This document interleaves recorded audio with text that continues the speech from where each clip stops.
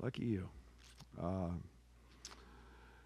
yeah, it's a little unique playing a team that this late, playing them in March for the first time, and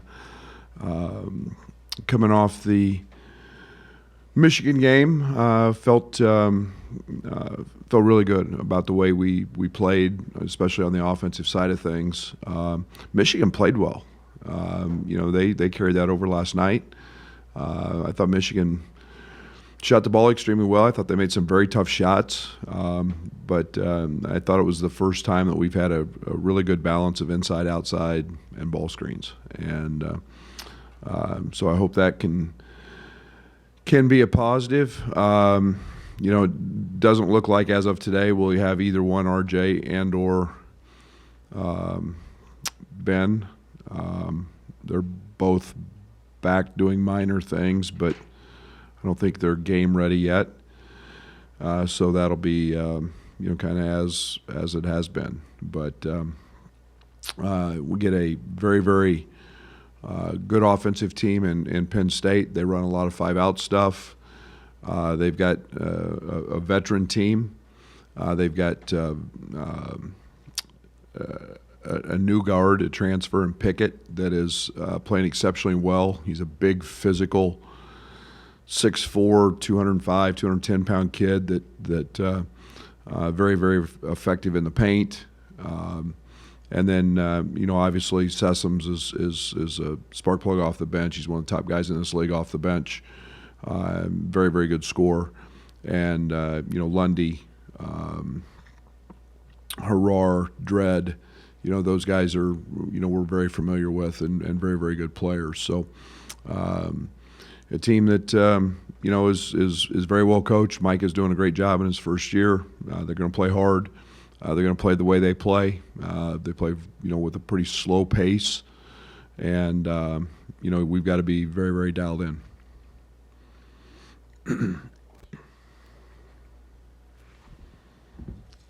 Happy March. I guess I know it's one of your favorite times of the year. Obviously, last year didn't go the way you wanted it to, but what do you think you learned as a coach, as a program, to be more successful in March this time around?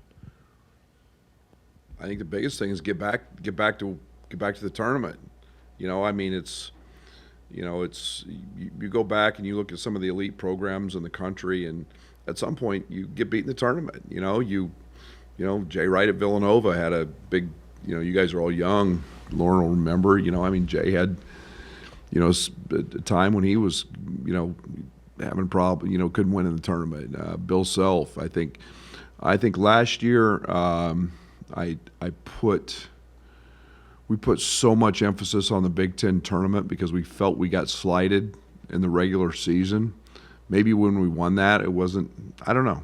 But this year's Final Four.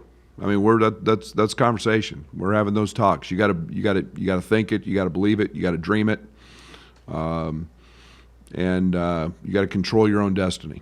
And it's a time of year where one game and you're out, and it's the abruptness of the end, as I've talked about many times, and we've got to be conscious of that.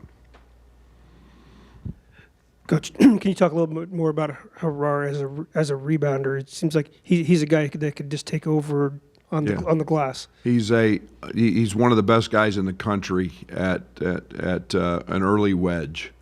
He sees it, and 2 seconds, 3 seconds before the shot goes up, he's working on getting underneath you and wedging you out and getting inside you and getting position. He's relentless. He plays extremely, extremely hard.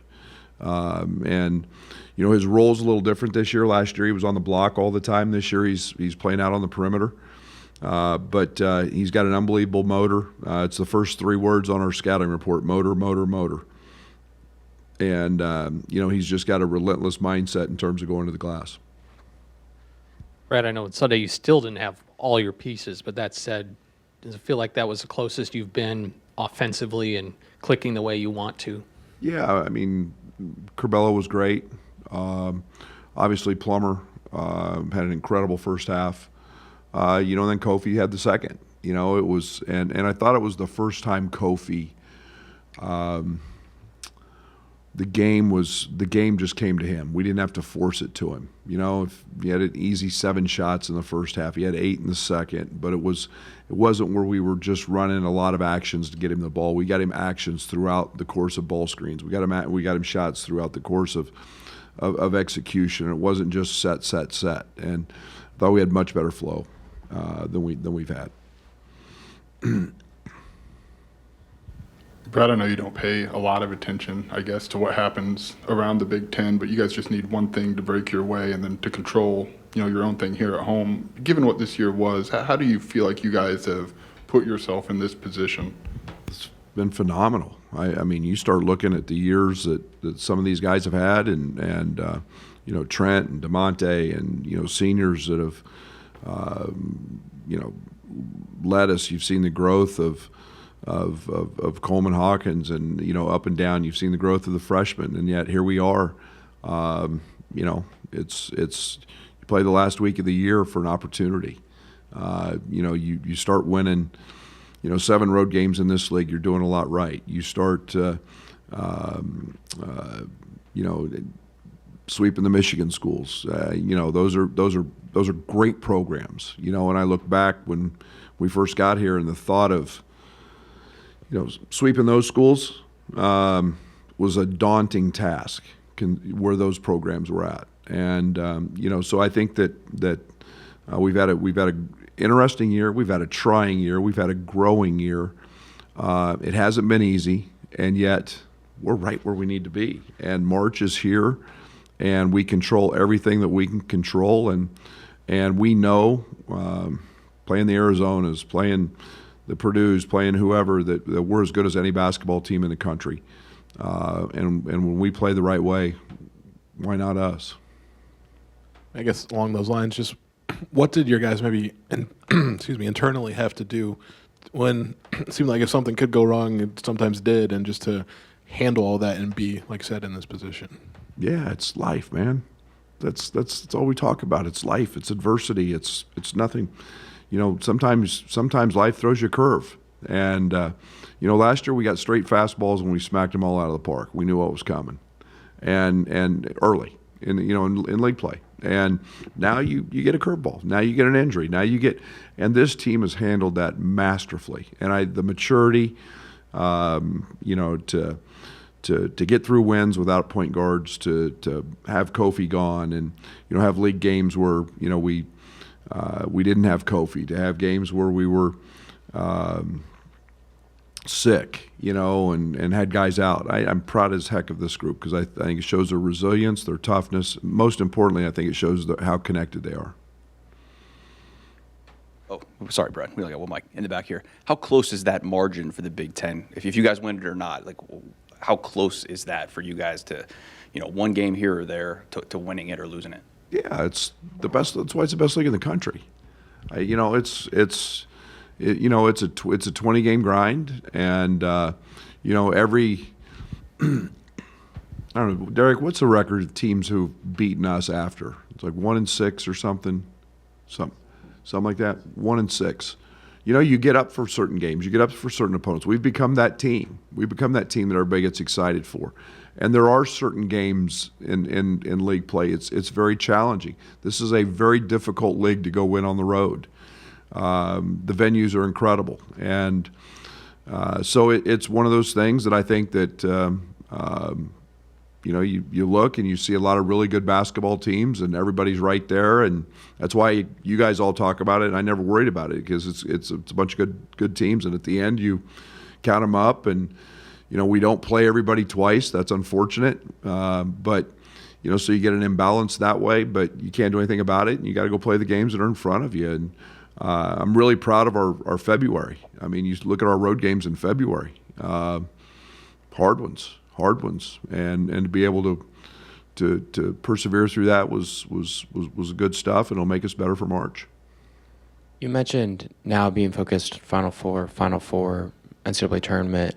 Obviously, you still care a lot about the Big Ten, but maybe what led you to maybe shifting your focus a little bit, if that's the right words, to the NCAA tournament and finding success there? Yeah, I thought last year we didn't play very good against Drexel. I thought last year, we had just an incredible edge. We played without Io. We get Io back the last regular season game, the Big Ten tournament. Everybody in the world knows we got shafted. Everybody. I mean, when you play every game and you win the most games, and we played with an incredible edge, that's maybe not the right word, but we didn't get the right break, I guess, in terms of how they voted for us. But yeah, and then we just kind of, we didn't have enough experience in the locker room, and so I just thought that we had a big emphasis there, and just kind of thought it was going to happen. We were going to win games in the tournament, and it doesn't work like that. And we got to be better than that, and we'll be. Coach, you talked about the different dynamics offensively coming together against Michigan. Seems that Curbelo and Hawkins help you play faster. Is the fast break another piece to that can get to where you ultimately want to go offensively? Yes, thank you, Lord. Yes. Coleman's been his energy. We obviously know Curbelo's an elite defensive rebounder. He can start the break with his rebounding. There's pace there. And it's anytime we get in the open court, we're pretty good. And it's just a matter of finding that right balance. So picking and choosing those opportunities with both those guys was great. Coach, Alfonso Plummer came here with the reputation as a shooter, maybe a three-point specialist. What has he done to have a more complete game? We're seeing him more comfortable driving the ball, for example. Well, he was a point guard at one time in his career. I mean, that's not something that's abnormal for him. I mean, he's played in ball screens. He's probably better than we give him credit for being. He's so elite at the other. We run a lot of actions for that, but Plummer's, he's a good basketball player, and I think he's gotten better on the defensive end. I still think he's got a lot of room to improve there, and we keep pushing him there. But again, he's turned into a terrific college basketball player, and not only just his ability to make shots, his ability to play offense, and that means passing it. And I mean, he threw a couple terrific passes the other night. So it's just he's a well-rounded offensive player who just happens to be an elite shooter.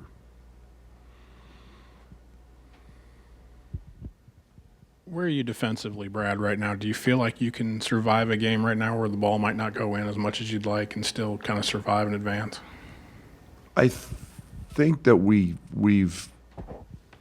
closer. And Kofi gives me a lot of hope there. The other night, Kofi was the best defensive game he's played all year. Kofi's attention to detail in the ball screens. He was a wall again. He wasn't getting turned sideways in his ball screen coverage. He was talking. He was active.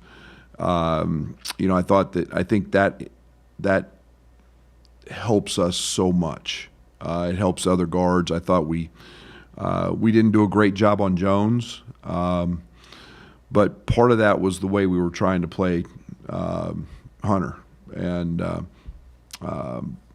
so it was. But it was. We're getting there. We're getting pretty close. Coleman's given us a great lift with his versatility, and then I've said it all along. That Curbelo makes us really good defensively because he's an elite defender. How much difference can maybe the timing of having that type of offensive performance at Michigan, that balance that you've been looking for, help? I mean, that's the last thing these guys saw before March. I hope so. I hope that carries over. I hope it's a sign of good things to come. I think it was, it was fun to watch. I hope it was fun to play that way. And we shared it, and we were, we made tough shots, but our guards do that. I think we got them in open ball screens on open sides. We got them in shakes, and I think that was something that made me feel good because we're seeing the right reads. We're seeing the coverages that they play and making the right reads, and that's 2/3 of the battle. The last one being you got to make the shot, but we're making the right reads. That was good. I actually have two, if I could, Brad. Does everything come back okay after Andre kind of ran into that screen against Michigan, and then go ahead. Yeah, he had a stinger. There was no concussion, but there was a, if you ever had a stinger, those are, quite painful. So, he's been getting treatments for that, and he took a pretty good thump. So, but he'll be in practice today. Yeah. And then who initiated like that bigger picture NCAA tournament? Was that you? I mean, I know like Trent and DeMonte and Kobe have a pretty significant voice in there as well. How did you guys kind of get to that bigger picture thought? Well, I think it's self-evaluation. I mean, that goes back to the summer.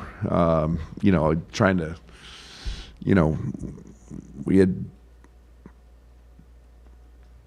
we played with a chip, and I felt like yes, we accomplished that. We accomplished what we needed to accomplish with that Big Ten tournament. Then I go back to the Tuesday after the championship and the first practice, and I couldn't get them going.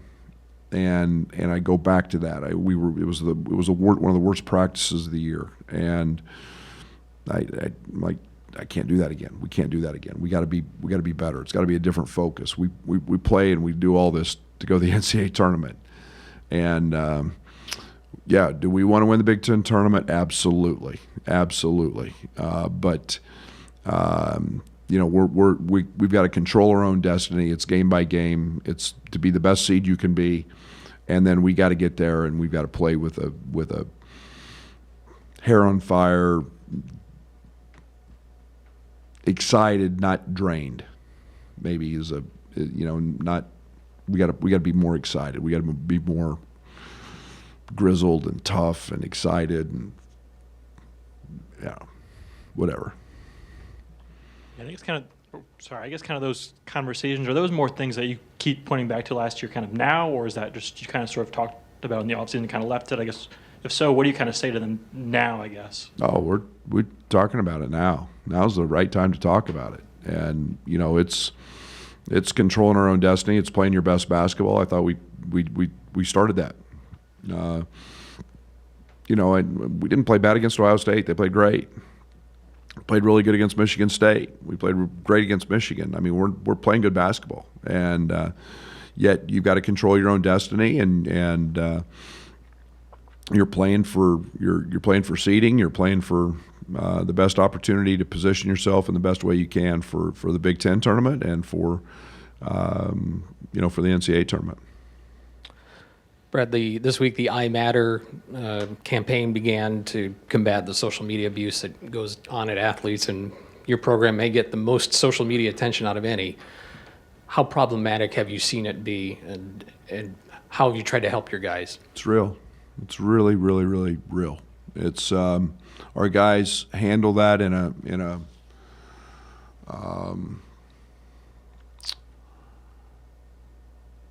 I think everybody telling young people they're going to stay off social media is not realistic anymore. That's not.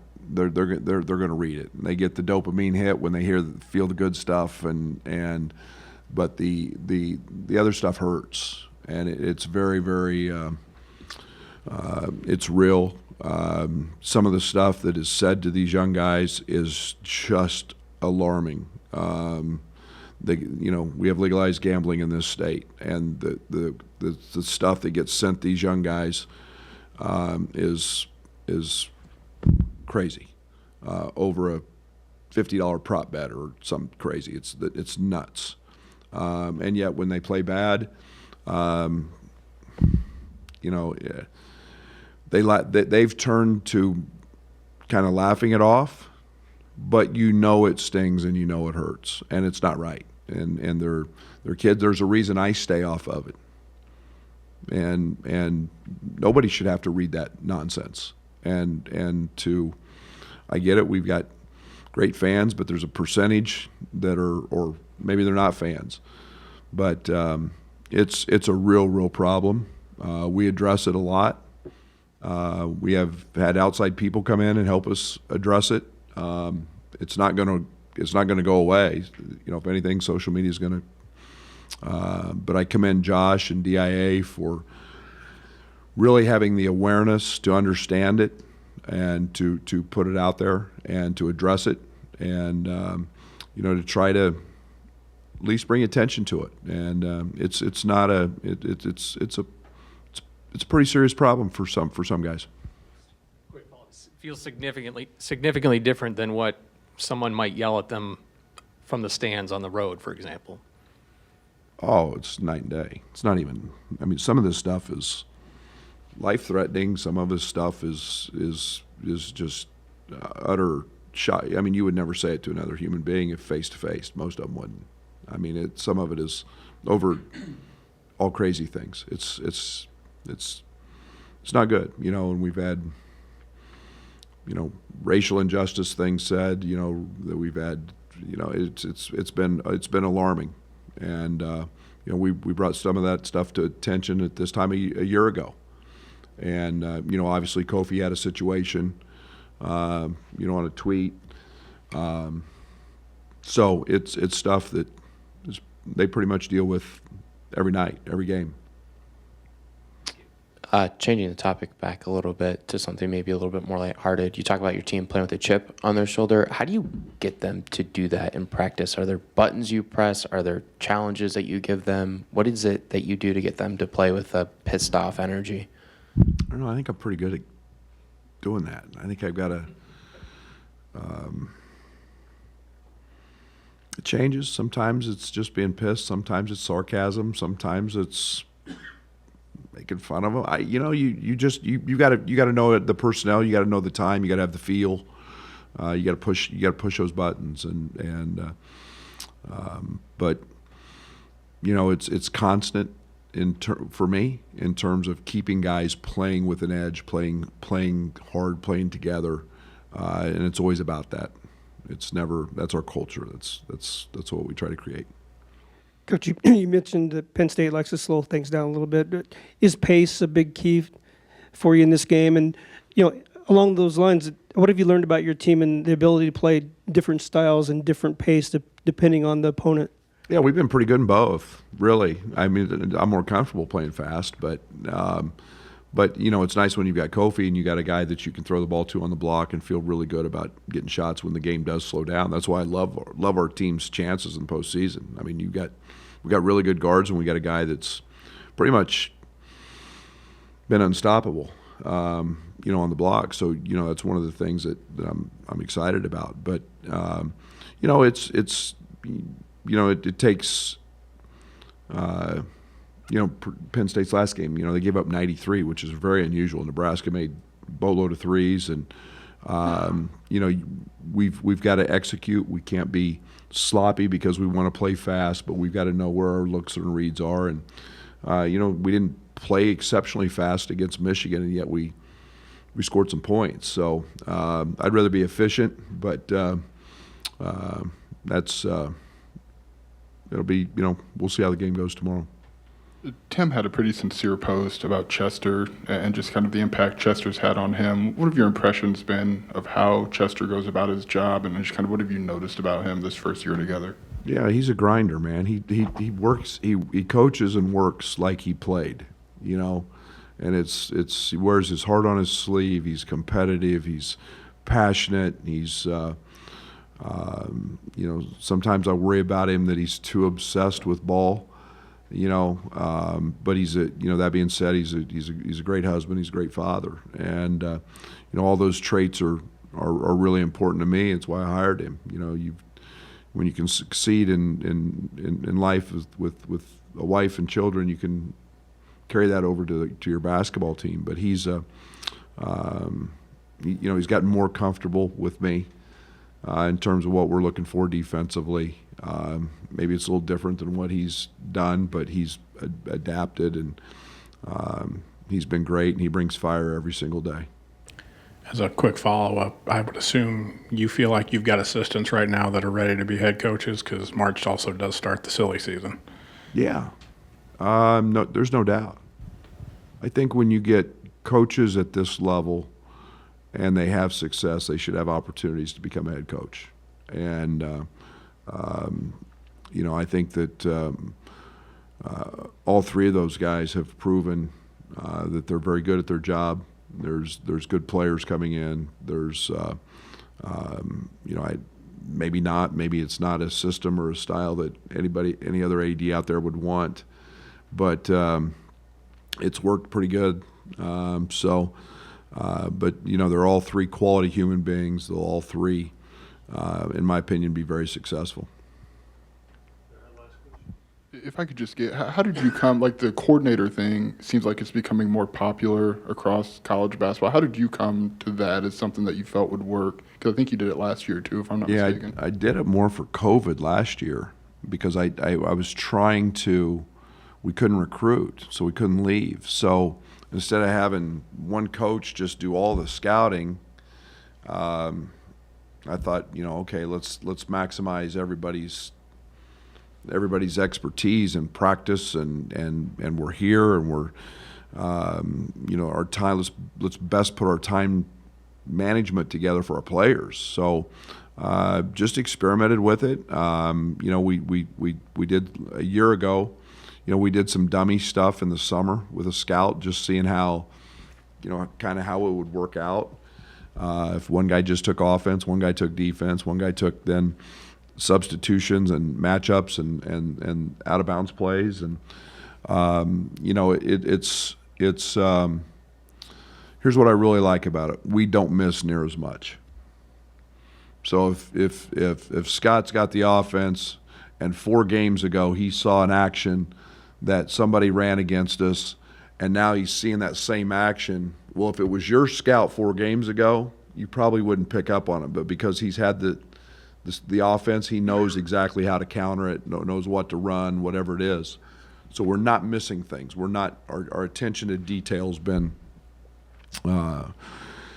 really, really good. And these guys have jumped in with both feet. And now it's a ton of film work. It's there's very few days off. Where you might be able to feel like you can go do that. Get a couple days off if it's not your scout. Well, it's not that way, but everybody's involved. Everybody knows everything that's going on, and I'm a huge fan of it. And I think it's just made us much more efficient.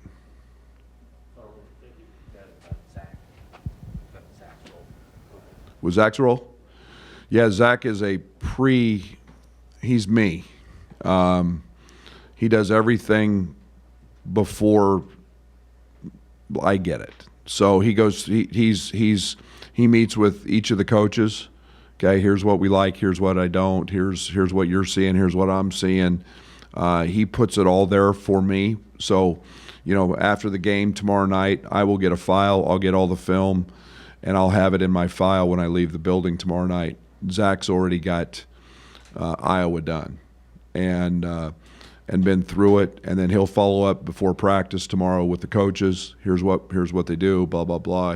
We seeing this, we seeing the same thing. So, because I don't have time to watch all 5 games in that time frame, and he does, and so I get a great snapshot anyway of what the other team's doing on some of these 2-day turns. Thank you.